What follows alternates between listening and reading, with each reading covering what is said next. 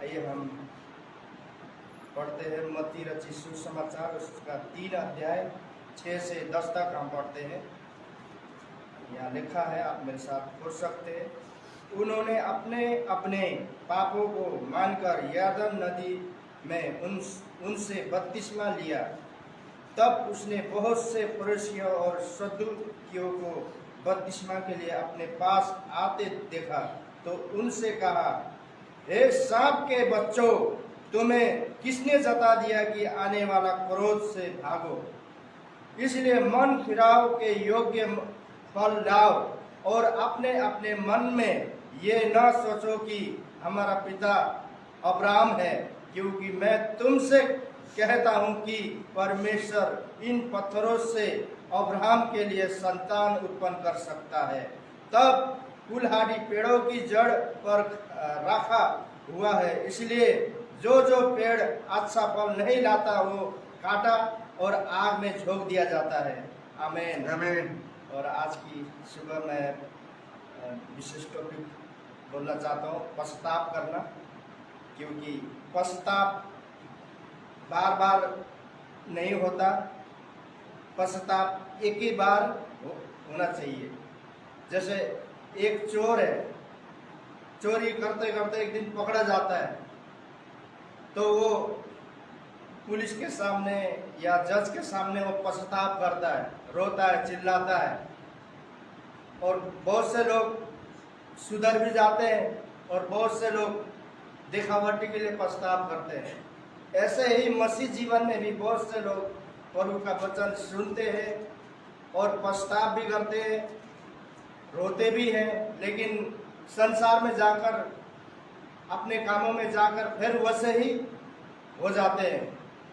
लेकिन वैसी पश्चाताप करने वाले लोगों को प्रभु कहता है, हे सांप के बच्चों, क्योंकि उनकी 2 जीभ है। 2 जीभ वाले के लिए इन्होंने बहुत कड़क शब्द में यीशु ने यहाँ चेतावनी दिया है। और हमें पश्चाताप जो है एक बार करने के बाद उसे दोबारा ना करें, क्योंकि एक ही बार करना चाहिए। सच्चा पश्चाताप और अच्छा पश्चाताप जो एक ही बार होना चाहिए, यानी कि बार बार हम पाप करते जाए और चर्च आकर पश्चाताप करें, क्षमा मांगे, ये नहीं होगा। क्योंकि पश्चाताप का जो स्थान है एक ही बार है। पर यीशु प्रभु को जो कल क्रूस में जो मरे, एक ही बार है, बार बार नहीं आएंगे हमारे पापों के लिए वो क्रूस में टांगने के लिए। तो इसलिए प्रिय भाई बहन, यहाँ रोमियो 10:10 में लिखा है, क्योंकि धार्मिकता के लिए मन से विश्वास किया जाता है और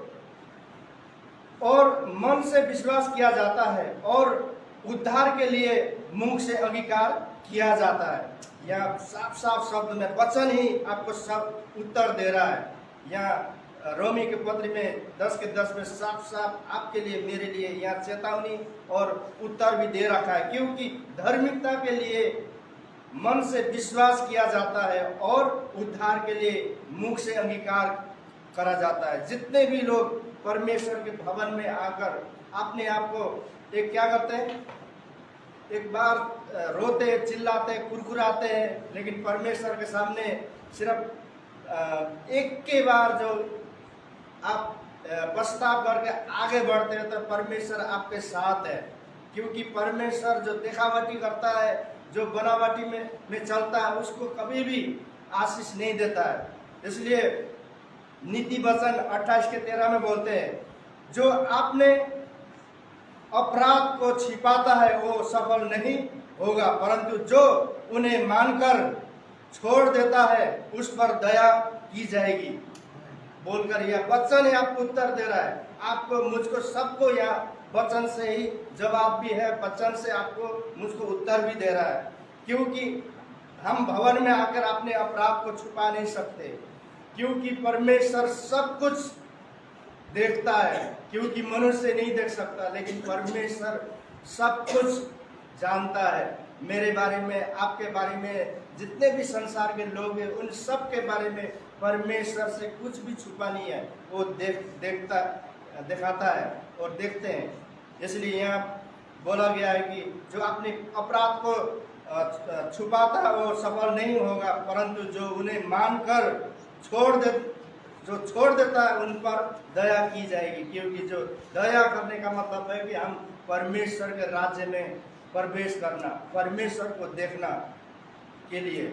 और लूका 19:8 में जैसे लिखा है, जक्कई ने खड़े होकर प्रभु से कहा, हे प्रभु, देख मैं अपनी आधी संपत्ति कंगालों को देता हूँ, और आधी किसी का कुछ भी अन्याय करके ले लिया है तो उसे मैं चौगुना कर लौटा दूंगा बोलकर यहाँ पत्रस जक्कई नाम का एक प्रभु का दास है, उसने फैसला लिया, निर्णय लिया। क्योंकि उस दिन से वो वापस नहीं मुड़ा, क्योंकि वो आगे बढ़ता गया। एक ही बार उसने पश्चाताप किया और मन फिराया, और जितने से उसने अन्याय करके पैसे लिया था उनको वापस किया। जो अन्याय करके लेके आया था उसे उन्हें क्या बोला, 4 गुना करके मैं वापसी कर दूंगा। ये उसने एक ही बार पश्चाताप किया और वो आगे बढ़ता गया, पीछे नहीं मुड़ा। पीछे मुड़ने का मतलब है कि उसने देखावटी पश्चाताप नहीं किया, और देखावटी जो पश्चाताप करता है वो वहीं के वही रहेंगे। और इसलिए यानी कि हमें हर गलत काम से मन फिराना है। तब यीशु ने कहा, आज इस घर में उद्धार आया है बोलकर जक्कई को बोला। और अपने चेलों के भी बहुत चेले भी थे उनके साथ, और उनके बहुत से लोग भी थे, और उनके सामने उन्होंने कहा, तभी यीशु ने कहा, आज इस घर में उद्धार आया है। जब आप सच्चे मन से, सच्चे हृदय से आप मन परिवर्तन करते हैं और पश्चाताप कर आप निरंतर प्रभु को ताक कर चलते हैं, तो क्या करते हैं, तो यीशु भी बोलते हैं कि हाँ, सचमुच इस घर में उद्धार आया है। उद्धार का मतलब है कि आप बचाए गए हैं। पाप जो यीशु मसीह का जो कलवरी क्रूस में जो दुख उठाना, यानी कि वो सफल हो गया है। जिस कार्य के लिए प्रभु यीशु ने अपने आप को एक कलवरी क्रूस में दिया था, यानी कि प्रभु यीशु को खुशी मिलती है जब हम